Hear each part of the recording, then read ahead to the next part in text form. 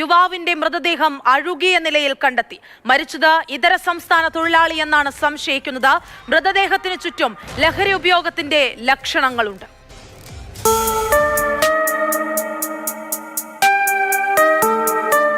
MC റോഡിൽ സ്ഥിതി ചെയ്യുന്ന ഭദേൽ സുലോക്ക പള്ളിയുടെ സൺഡേ സ്കൂൾ കെട്ടിടത്തിന്റെ വാട്ടർ ടാങ്കിന് സമീപം ഇന്ന് രാവിലെയാണ് മൃതദേഹം കണ്ടെത്തിയത്. മൃതദേഹത്തിന് ചുറ്റുമായി ലഹരി വസ്തുക്കൾ അടങ്ങിയ ഡപ്പികളും ലാമ്പും കണ്ടെത്തി. അമിത ലഹരി ഉപയോഗം മൂലം മരണം സംഭവിച്ചതാകാമെന്നാണ് പോലീസിന്റെ പ്രാഥമിക നിഗമനം. മൃതദേഹത്തിന് ഏകദേശം 4 ദിവസത്തെ പഴക്കം വരും. ദുർഗന്ധം വമിച്ചതോടെ പ്രദേശവാസികൾ കെട്ടിടത്തിന് മുകളിൽ കയറി നോക്കിയപ്പോഴാണ് മൃതദേഹം ശ്രദ്ധയിൽപ്പെട്ടത്.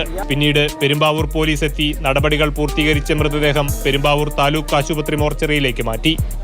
പെരുമ്പാവൂർ നഗരത്തിന്റെ വിവിധ പ്രദേശങ്ങളിൽ കഴിഞ്ഞ കുറച്ചു നാളുകളായി ഇതുപോലെ യുവാക്കളെ മരിച്ച നിലയിൽ കാണുന്നുണ്ട്. അമിതമായ ലഹരി ഉപയോഗത്തെ തുടർന്നാണ് പലരുടെയും മരണം. കഴിഞ്ഞ ദിവസം പാലക്കാട്ട് താഴം പാലത്തിനടിയിലും ഭായി കോളനിയിലും കണ്ട യുവാക്കളുടെ മൃതദേഹത്തിനരികിൽ നിന്ന് സിറിഞ്ചുകളും മയക്കുമരുന്ന് ഡപ്പികളും കണ്ടെത്തിയിരുന്നു.